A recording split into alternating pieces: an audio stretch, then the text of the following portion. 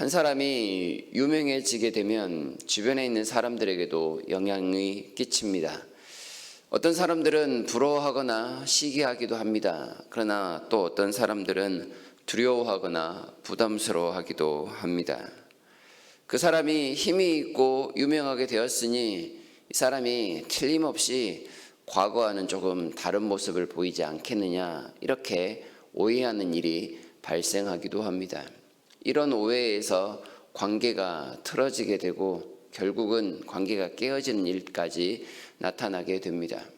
이런 오해를 한 몸에 받았던 사람이 있습니다. 그가 바로 다윗입니다. 다윗이 온 이스라엘의 왕이 되면서 그는 온 주변 이스라엘 주변 지역 나라들을 평정하기 시작했습니다. 그러므로 다윗의 명성은 주변에 널리 퍼지게 되었고 주변에 있는 사람들은 부러움과 두려움을 느끼게 되었습니다. 특히나 이 이스라엘과 악연이 있었던 나라들은 더욱더 두려움에 떨었던 것으로 볼 수 있습니다. 왜 이런 일들이 발생하였느냐? 사람은 변한다라는 그런 사소한 오해 때문처럼 보이기도 합니다. 그렇게 다윗을 오해했던 사람이 오늘 본문에 등장합니다. 암몬 왕 한운이라는 사람입니다.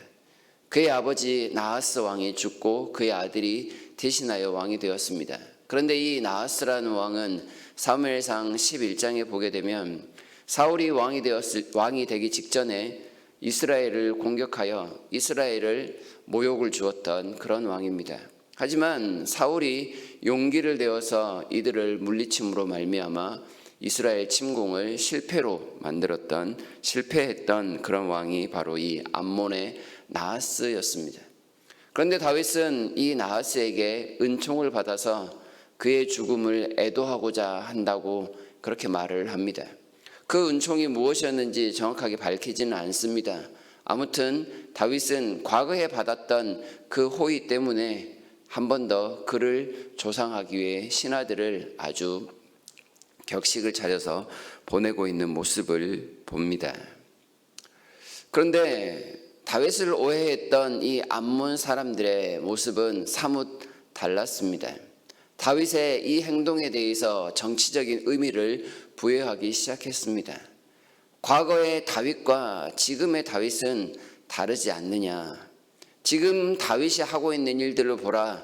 주변 지역들을 다 정복하면서 다윗의 신하로 바꾸고 있는 상황이지 않느냐. 이런 상황에서 다윗이 신하들을 보낸 것은 과연 암몬 왕 나하스에 대한 존경함 때문이겠느냐. 이건 이 일을 목적으로 해서 빌미삼아 암몬을 염탐하려는 그런 계략인 것이다. 이렇게 몰고 갑니다. 다윗이 주변 지역들을 평정하고 있었던 건 사실입니다. 그러나 다윗은 그 온 이스라엘 안에 정의와 공의를 행하고 있었던 사람입니다. 그리고 바로 앞장 9장에서도 그는 의로운 자리에서 또한 의로운 일을 펼친 일에 앞장서는 사람이었습니다. 어렵고 힘든 무비보셋과 같은 사람에게 호의를 베풀 줄 아는 그런 선왕이었습니다. 그런데 좋은 소문은 하나도 나지 아니하고 나쁜 소문만, 그것도 곡해된 나쁜 소식들만 주변 사람들에게 전파되니 사람들은 다윗을 오해하게 되었던 것입니다. 그래서 이 암몬 사람들은 다윗의 신하들에게 몹쓸 짓을 합니다. 그들의 수염을 잘라버리고 그의 옷을 엉덩이가 다 드러나기까지 잘라버리는 그런 인격 살인을 범하게 됩니다. 신하들이 너무나도 부끄러워하여 어찌할 바를 알지 못했을 때 다윗이 여리고에서 잠깐 쉬라는 그런 호의를 베풉니다. 이걸로 끝이 나는 것처럼 보였습니다. 그런데 이 암몬 사람들이 다윗에게 스스로 미움이 된 줄 알고 전쟁을 선포합니다. 잘못은 자기들이 하여놓고 자기들이 먼저 싸움을 거는 꼴이 됩니다. 다윗이 강성하기는 강성했나 봅니다. 그들 스스로 싸울 여력이 안 되니 아람 사람들을 고용합니다. 무려 3만 3천 명이나 되는 용병들을 고용해서 이스라엘과 싸우려고 합니다. 어쩔 수 없이 다윗도 요압과 그의 군대를 보냅니다. 그런데 이 암몬 아람 연합군의 숫자가 대단하였던 모양입니다. 이스라엘 군대가 딱 나아가 보니 그 수장은 요압이었습니다. 앞뒤로 포위된 상황이 되고 말았습니다. 그러자 요압이 이스라엘 중에 정예병을 뽑습니다. 그들을 통해 아람을 치고 나머지 군대는 암몬을 치겠다라는 계획이었습니다. 이때 요압이 했던 말이 12절인데요. 너는 담대하라. 우리가 우리 백성과 우리 하나님의 성읍들을 위하여 담대히 하자. 여호와께서 선히 여기시는 대로 행하시기를 원하노라. 그동안 다윗이 싸움으로 나아가면서 했던 말들을 요압이 한 번 더 반복하는 듯 그렇게 말을 합니다. 하나님의 이름, 하나님의 선하심을 위하여 싸우러 나아가는 이스라엘은 상당한 소수로 보입니다. 그렇지만 그들과 맞닥뜨리고 있는 암몬 연합군은 오해와 욕심 속에서 그 전쟁을 일으킨 사람들입니다.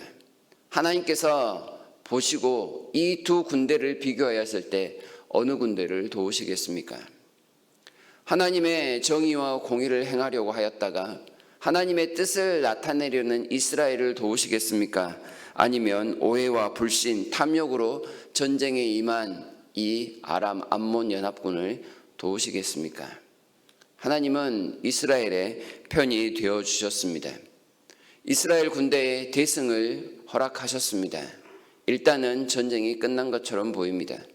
그런데 이 아람 사람들이 자신들이 전쟁에 졌다라는 사실을 알고서는 돌아갔다가 다시금 대군을 이끌고 이스라엘을 공격하러 옵니다. 물론 결과는 이스라엘이 한 번 더 이기는 그런 승리를 맛보게 됩니다. 왜 가만히 있는 이 다윗과 이스라엘을 향해서 주변에 있는 암몬과 아람이 싸움을 걸어오는가?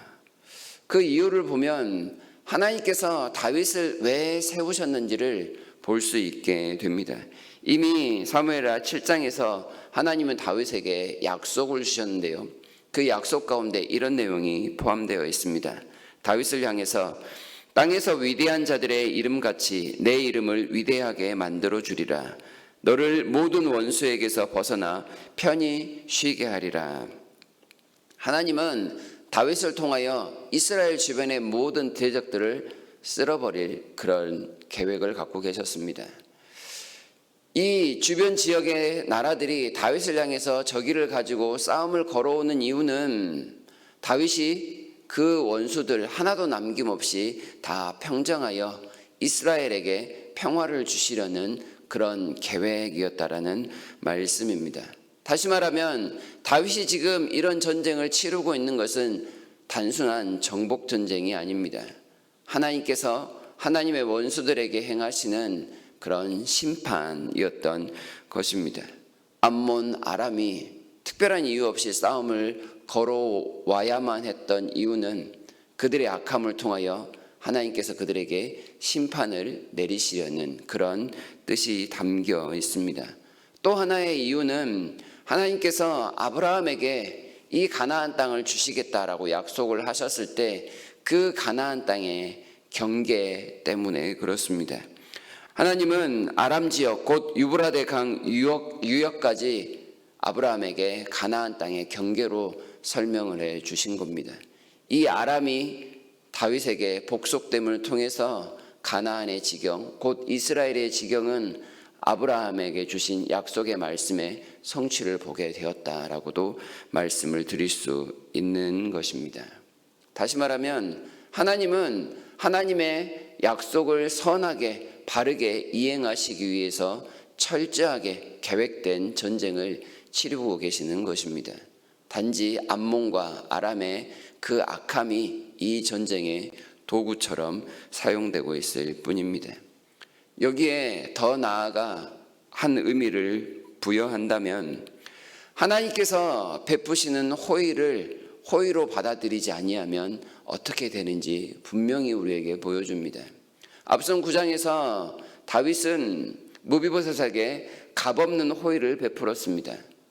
무비보셋은 그 호의를 호의로 받아들이고 많은 것을 누리는 새로운 인생을 살아가게 됩니다. 오늘 10장에서 다윗은 또한 비슷하게 암몬 자손에게 호의를 베풉니다. 그런데 그들은 호의를 호의로 받아들이지 아니하고 정치적인 목적으로 인간적인 생각으로 그 호의를 왜곡해 버렸습니다. 그 결과는 심판이었습니다. 다윗보다 더 많은 권능과 능력과 위엄을 갖고 계신 하나님께서 많은 죄인들에게 호의를 베푸십니다.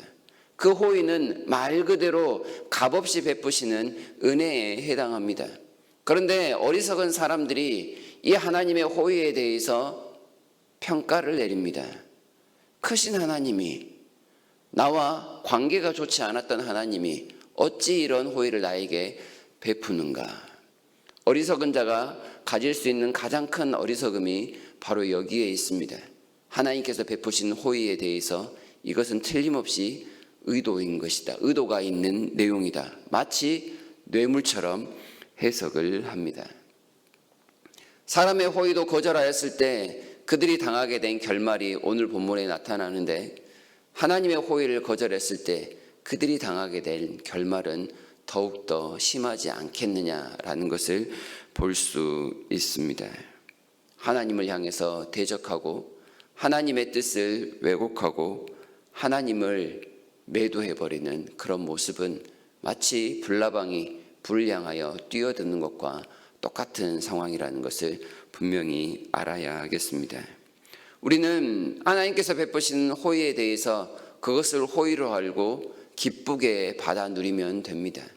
성도의 해야 될 일 중에 하나, 가장 중요한 일 중에 하나가 바로 이것입니다. 하나님께서 오늘도 우리에게 선한 손길을 베푸실 것입니다. 값없이 베푸시는 그 은혜들을 오늘도 나누어 주실 것인데 그 호의를 왜곡하지 않았으면 좋겠습니다. 하나님께서 우리에게 길을 보여주시고 선한 일들을 나타내고자 하실 때 우리의 마음과 생각이 조금은 다를지라도 그 하나님의 손길을 온전히 따를 수 있는 그 믿음의 행보를 이어나아갔으면 좋겠습니다. 하나님께서 베푸시는 것에 감사하며 그 감사함을 통하여 마음껏 하나님의 복을 누리시는 복된 삶을 오늘도 살아가시기를 진심으로 바랍니다.